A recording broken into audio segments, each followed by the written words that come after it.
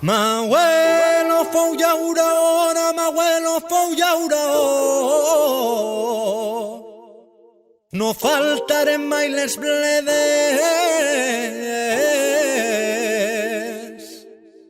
I ara que ja soc padrí, que vull ser llauró.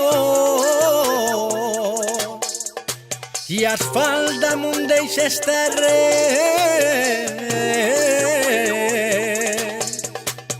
Passa el temps, roda la cadena, ara asfalt on hi havia terra, operaris, actors secundaris d'esta brama. Va de vie, un programme sobre tot que envolta el binatural, de la mà de Jérôme Chénaud.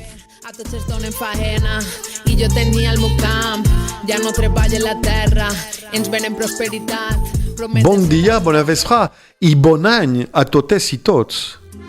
Oui, a Va de vie parlarem ciència i química, en particular d'una molècula que sembla petita però que ha fet molt de soroll, el resveratrol.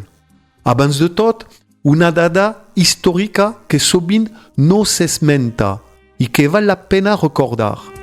El resveratrol va ser aïllat per primera vegada l'any 1939 pel químic japonès Michio Takaoka, a partir de les arrels de la planta Veratrum grandiflorum. Durant dècades va romandre força desconegut fins que, al finals del segle XX i principis del XXI, la recerca el va situar al centre de l'interès per la salut i l'envelliment.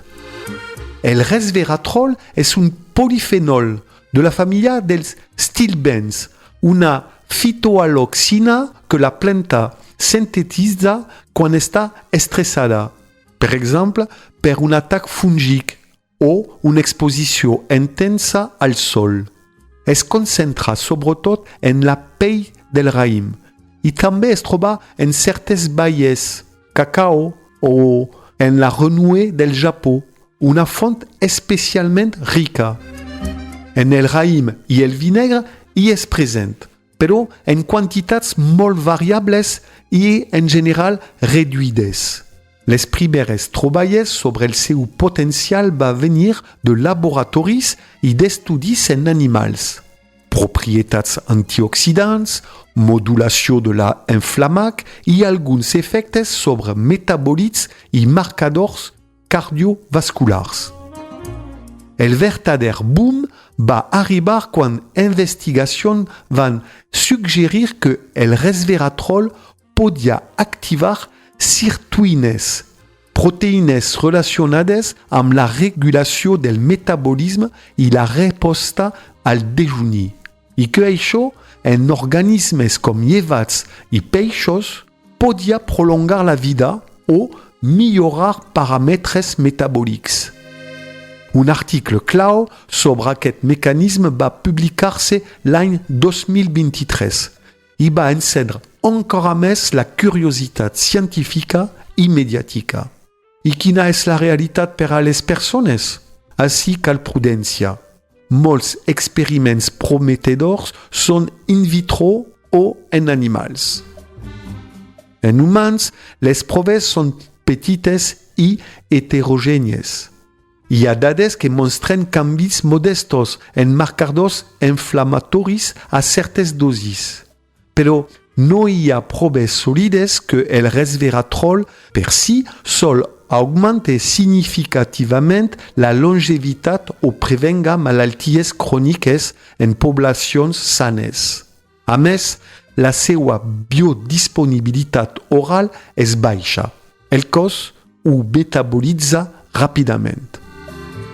Les quantitats de resveratrol en un got de vi són petites, molt lluny de les dosis que s'empren en molts assajos clínics. Per arribar a aquestes dosis amb vi, caldria consumir-ne una quantitat insalubre. Per això, no és recomanat beure per obtenir resveratrol, sinó gaudir del vi per plaer i per la seva riquesa cultural. El vi natural no conté en general més polifenol que un altre vi negre. El que defineix el resveratrol és la varietat del raïm, el clima i les condicions de la vinya. El valor del vi natural està en la seva integritat fermentària. Més compostos de llevat, polisacàrids i altres metabolistes que fan el producte més complex. Però això no el converteix en una font superior de resveratrol ni en probiòtic. Els suplements concentrats d'aquest component poden interactuar amb medicació, especialment anticoagulants, i a dosis altes poden provocar molèsties digestives. Així que, si algú pensa a prendre-ne en forma de pastilles, convé parlar-ho amb el seu metge. El resveratrol és una molècula fascinant i amb una història interessant, des de la descoberta en 1939 fins a l'explosió d'interès moderna. Però convé no sobrevalorar-la. El vi natural té altres virtuts culturals i sensorials, i en la salut el seu paper és modest i indirecte. Gaudim-lo amb seny. Salut i vi.